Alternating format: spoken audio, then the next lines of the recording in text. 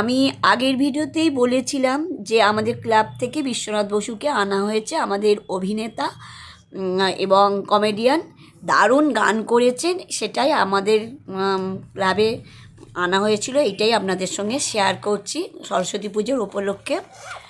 আর প্রতি বছরই এরকম অভিনেতা অভিনেত্রীদের আনা হয় এবং আপনাদের সঙ্গে আমি এটাই শেয়ার করছি যে উনি এত হাসিয়েছেন, এত সুন্দর সুন্দর গান করেছেন, সেটা আপনাদের সঙ্গে শেয়ার না করে থাকতে পারছি না। এটা সরস্বতী পুজোর উপলক্ষে আপনারাও ওনার গান শুনুন এবং অনেক হাসির কথা ওনার জীবনী বলেছেন, আপনাদের সঙ্গে সেটাই শেয়ার করছি। ঘোরানো যায় না, প্রতি বছর এই দিনে এই সময় তুই এখানে আসিস, কি লাভ?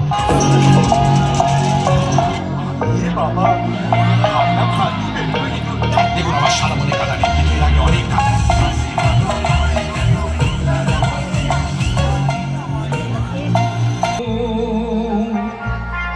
सबके दिलों में शामिल भी हूँ, दिल को चुरा भी हूँ, दिल को चुराना, तुझे चुराना है मेरी आरज़ू।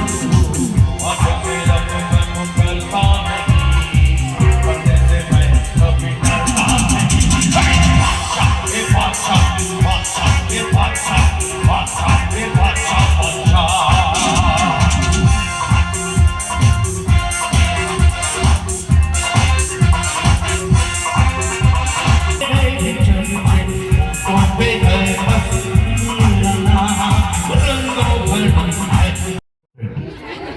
মার খেয়ে ছবি শেষ। সিনেমা করলাম লাভেরিয়া, ভিক্টোরিয়া বিক্রি করে দিয়েছিলাম, যা গিয়ে থাক। আমাকে মানলো, যত বলি ভাইপো তো ভাইপো, আমার সাদা মনে কোনো কাদা নেই, আমার সব ধবধবে ব্যাপার। কে আমার কথা শোনে, যে পারে আমায় কাছে ধরে ধরে। আমার বড় ছেলে বলেছিল, বাবা তোমায় কত মারলো, কি করো পেটের দেয় মা। তারপরে একটা সিনেমা করেছিলাম, এই সিনেমার পর আমার বউ হয়েছে। এইরকম ধরনের ছবিতে পাঠ করলে বাড়ি থেকে সালোয়ার কামিজ করে পাঠ। সিনেমার নাম বলবো, হরিপদ ভ্যানু। এক মাথা চুল, মুখ ভর্তি লিপস্টিক। আমার এখন আমার ছেলেমেয়ে স্কুলে যায়, তো আমার তো একটা সম্মান আছে। স্কুলে গেলে বলে, আঙ্কেল এখন কি ছবি করছে, জেঠু এখন কি পাঠ করছে, কি সিনেমা পাঠ। ওইরকম ধরনের পাঠ করলে নাকি ছেলেদেরকে স্কুলে জিজ্ঞেস করে, তোর পিসি এখন কোথায় থাকে, তোর মাসির এখন কি খাওয়া। সিরিয়াল করেছিলাম ধাত্রীকে, তখন নিজের বাড়িও কেবিল টিভি ছিল না, সুপারহিট করেছিল, সব অ্যাওয়ার্ড পেয়েছিলাম, তাতেও আমার সালোয়ার কামিজ পড়ানো। পরে সিরিয়াল করেছিলাম ভক্তের ভগবান, তাতে আমি কংস। কথায় কথা বলতো মাবে, মহারাজ কংস স্বর্গমত্ত পাতালেন, আমি অধীশ্বর। কোথা থেকে বাচ্চা ছেলে কৃষ্ণ এলো, গলা টিপে মেরে রক্ত বার করে দিচ্ছিল। সিরিয়াল করলাম সুবর্ণলতা। আপনারা সকলে দেখলেন, এই মোটা ছেলে যারা ছেলেটাকে নায়ক করলো, আমি সব অ্যাওয়ার্ড পেলাম। সুবর্ণলতার সাথে সম্পর্ক ভালো ছিল না, ও আমার সঙ্গে কথা বলতো না, আমি ওর সঙ্গে কথা বলতাম না। তাতেই আমাদের 4টে বাচ্চা হয়েছিল।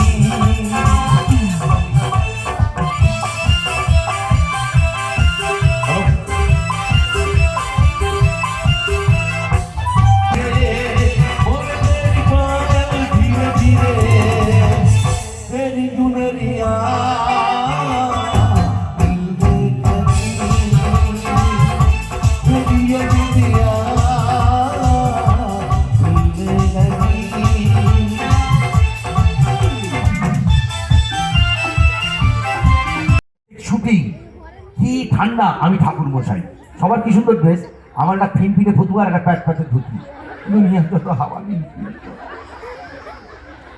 পরে একটা ছবি করেছিল পাক ইউটু, কোথায় কোথায় রয়েছে তোমার দত্ত বলে বেড়ে বলি সভাপতি, আরে তোর বাড়ির গোডাউন আছে, তুই চা করে বসে থাক, আমি তো চা ঢুকতাম। বলে দেবের বাবাকে আমার তুলে ধরে আমাদের দুজনকে ধরে নিয়ে গেল কোথায়, দুবাই। আর দুবাইতে কি গরম কি গরম, 5 দিন আমাদের আটকে রেখে দিয়েছিল। এক জামা, এক প্যান্ট, ভিতরের গেঞ্জি এক, আরো একটা জিনিস এক ছিল, সবসময় বলতে পারবো না, ওই জিনিস এক করে থাকা যায়, চুপি চুপি মরছি। বাড়ি এসে বউকে কাচতে দিয়েছিলাম, বউ বলছে গলা টিপে মেরে দাও, তবে কাচতে বড় রংবাজ।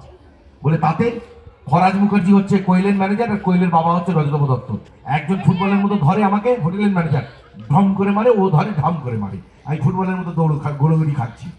আর ওদিকে নায়ক নায়িকা গান গাইছে, কি গাইছে, ও মধু ও মধু, ওরা মধু খাওয়া খাই করছে, মোহাম্মদ ইচ্ছাকে হুই। সিনেমা করলাম শুধু তোমারই জন্য। কি সুন্দর মিমি ড্রেস, কি সুন্দর শ্রাবন্তী ড্রেস, কি সুন্দর সোমের ড্রেস, কি সুন্দর দেবের ড্রেস, আমার লুঙ্গি আর গামছা। যত বলি লুঙ্গি পরে বাইকে টানিস না, হাওয়া ঢুকে যাচ্ছে, তত জোরে বাইক চালা, লুঙ্গি পরে একদম অভ্যেস নেই, অনেকে থাকে না।